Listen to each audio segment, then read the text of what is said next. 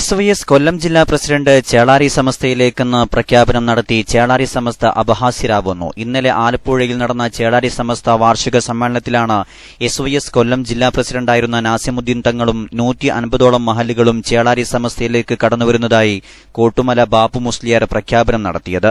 ബാപ്പു മുസ്ലിയാരുടെ പ്രഖ്യാപനം കേൾക്കാം.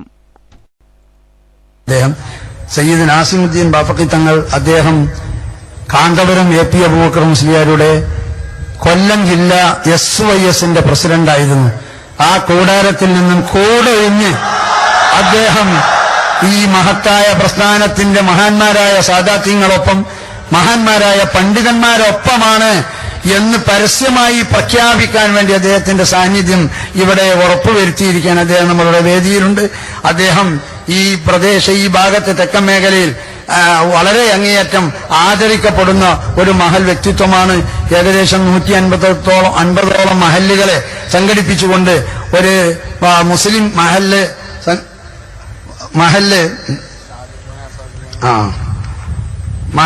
ജമാഅത്തുകളുടെ സംയുക്ത വേദിയായ കേരള സുന്നി ജമാഅത്ത് യൂണിയൻ എന്ന് പറയുന്ന ഒരു സംഘടന ഉണ്ടാക്കി ആ മഹല്ലുകൾക്കൊക്കെ നേതൃത്വം നൽകുന്ന ആ മഹല്ലുകളും അദ്ദേഹവും ഇനി സമസ്തയോടൊപ്പമാകും എന്ന് അദ്ദേഹം ഇവിടെ വെച്ച് പ്രഖ്യാപിക്കാൻ കൂടിയാണ് ഇവിടെ എത്തിയിട്ടുള്ള ബഹുമാനപ്പെട്ട. എന്നാൽ ആരവങ്ങളോടെ തക്ബീർ മുഴക്കി നടത്തിയ പ്രഖ്യാപനത്തിന്റെ നിജസ്ഥിതി എന്താണെന്ന് നോക്കാം. നാസിമുദ്ദീൻ തങ്ങൾ ആരായിരുന്നു? SYSുമായുള്ള ബന്ധം എന്താണ്? വിശദവിവരങ്ങൾ നൽകുന്നതിന് കേരള മുസ്ലിം ജമാഅത്ത് കൊല്ലം ജില്ലാ പ്രസിഡന്റും സമസ്ത കേന്ദ്ര മുശാവറ അംഗവുമായ ഇസുദ്ദീൻ കാമിൽ സഖാഫി KMIC ന്യൂസിനോടൊപ്പം ചേരുന്നു. ഇസുദ്ദീൻ കാമിൽ സഖാഫി ഉസ്താദ് കേൾക്കാമല്ലോ? ഇന്നലെ ചേളാരി സമസ്തയുടെ വാർഷിക സമ്മേളനത്തിൽ ഒരു പ്രഖ്യാപനമുണ്ടായി. കൊല്ലം ജില്ലാ SYSന്റെ പ്രസിഡന്റായിരുന്ന നാസിമുദ്ദീൻ തങ്ങൾ കാന്തപുരം AP അബൂബക്കർ മുസ്ലിയാരുടെ പ്രസ്ഥാനം വിട്ട് ചേളാരി സമസ്തയിൽ ചേർന്നു എന്ന് കോട്ടുമല ബാപ്പു മുസ്ലിയാർ പ്രഖ്യാപിക്കുകയുണ്ടായി. എന്താണ് സത്യാവസ്ഥ? അദ്ദേഹമായിരുന്നോ SYSന്റെ കൊല്ലം ജില്ലാ പ്രസിഡന്റ്?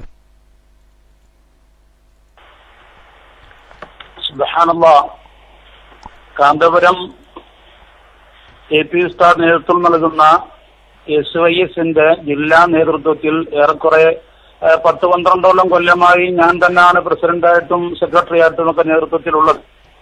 ഈ സാഹചര്യത്തിലൊന്നും ഈ നാസിമുദ്ദീൻ തങ്ങൾ എന്ന് പറയുന്ന അദ്ദേഹം സംഘടനയുടെ യാതൊരു പ്രവർത്തനത്തിലോ ഒരു മെമ്പറായിട്ട് പോലുമോ നമ്മുടെ കൂടെ പ്രവർത്തനത്തിൽ കൂടിയിട്ടില്ല. അതിനും മുമ്പ് ഒരു കാലത്ത് അദ്ദേഹത്തിന്റെ പ്രവർത്തനത്തിൽ നിശിതമായ വിമർശനങ്ങളും അച്ചടക്ക ലംഘനങ്ങളും നിരന്തരമായി ഇടപെടേണ്ടി വന്നപ്പോൾ സംഘടനാ നേതൃത്വം തന്നെ അദ്ദേഹത്തെ നമ്മുടെ സംഘടനയിൽ നിന്ന് നഖശികാന്തം പുറത്താക്കപ്പെട്ട ഒരു വ്യക്തിയാണ്. അത്രയുമാണ് അദ്ദേഹത്തിന്റെ ഭാഗത്തു നിന്ന് നമുക്ക് പഴയകാല ചരിത്രമാണ്. ഇപ്പൊ അടുത്തൊന്നും സംഘടനാ തലത്തിലൊന്നും യാതൊരു ഇടപെടലുകളും അദ്ദേഹത്തിന്റെ ഭാഗത്തുണ്ടായിട്ടില്ല. സംഘടനയിൽ നിന്ന് സത്യത്തിൽ അദ്ദേഹത്തിന്റെ പ്രവർത്തന ദൂഷ്യം കാരണവും സ്വഭാവ ദൂഷ്യം കാരണവും അച്ചടക്ക ലംഘനം കാരണവും നമ്മൾ അദ്ദേഹത്തെ സംഘടനാ നേതൃത്വം ഇടപെട്ട് പുറത്താക്കി നിർത്തിയിരിക്കുന്ന ഒരാളാണ് അദ്ദേഹം. 150ഓളം മഹല്ലുകളും അതിലെ പ്രവർത്തകരുമായിട്ടാണ് അദ്ദേഹം ചേളാരി വിഭാഗത്തിലേക്ക് വരുന്നത് എന്ന് കോട്ടുമല ബാപ്പു മുസ്ലിയാർ പറയുകയുണ്ടായി. എന്താണ് സത്യാവസ്ഥ? അതൊക്കെ വലിയ അത്ഭുതത്തോടെ ഊറിച്ചിരിക്കാൻ പറ്റുന്ന വാർത്തകളായിട്ട് നമുക്ക് അത് കേൾക്കാൻ പറ്റുന്നുള്ളൂ.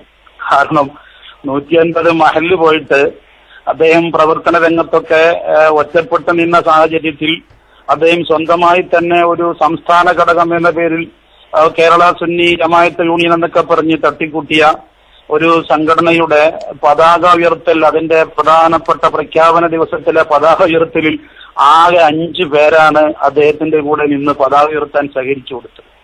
പിന്നെ അങ്ങനത്തെ ആ പ്രസ്താവനവും പ്രഖ്യാപന സമയത്തും ഒക്കെ വളരെ വിരലിലെണ്ണാവുന്ന ആളുകൾ മാത്രമാണ് അവിടെ സംബന്ധിച്ചത്. ഒരു വ്യക്തി 150ഓളം മഹല്ലോടെ കൂടെ കടന്നു വരുന്നൊക്കെ പറയുമ്പോ കോട്ടുമല ബാപ്പു മുസ്ലിയാരെ പോലത്തെ ആളുകളൊക്കെ ഇത്തരം നിലവാരമില്ലാത്ത കാര്യങ്ങൾ പർവ്വതീകരിച്ച് പറയുമ്പോ അതൊക്കെ സത്യത്തിൽ തമാശയാണോ അതോ നിലവാരമില്ലാത്ത വർത്തമാനങ്ങൾ ആയിട്ട് കണക്കാക്കപ്പെടേണ്ടതാണോ എന്നൊക്കെ ആശങ്കയിലാണ് സത്യത്തിൽ അത് കേൾക്കുന്ന ബുദ്ധിമാന്മാരായ ആളുകൾ. ഒരിക്കലും അത് അങ്ങനത്തെ ഒരു ആൾബലമോ അല്ലെങ്കിൽ അംഗബലമോ പ്രവർത്തന സ്വാധീനമോ പിന്നെ മഹല്ല് പോയിട്ട് വ്യക്തിപരമായ സ്വാധീനങ്ങൾ പോലും സത്യത്തിൽ ഇല്ലാത്ത ഒരു സാഹചര്യമാണ് തങ്ങൾക്ക് ഇപ്പോൾ നിലവിലുള്ളത്.